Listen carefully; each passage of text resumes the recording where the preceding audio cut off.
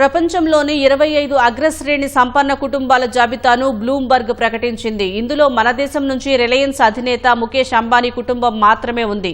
105.6 billion డాలర్లు అంటే 9.50 లక్షల కోట్ల రూపాయల సంపదతో అంబానీ కుటుంబం జాబితాలో 8వ స్థానంలో ఉంది.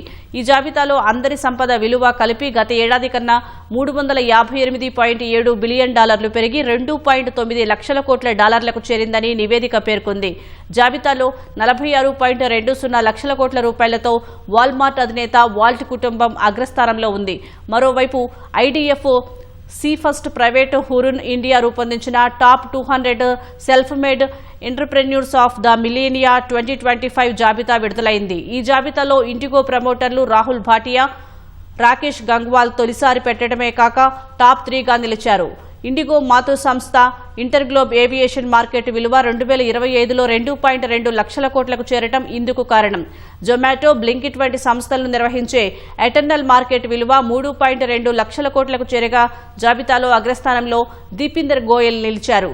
గత ఏడాది తొలి స్థానంలో ఉన్న డీమార్ట్ మార్కెట్ విలువ 13% తగ్గడంతో రాధాకృష్ణ దమానీ రెండో స్థానానికి పరిమితమయ్యారు.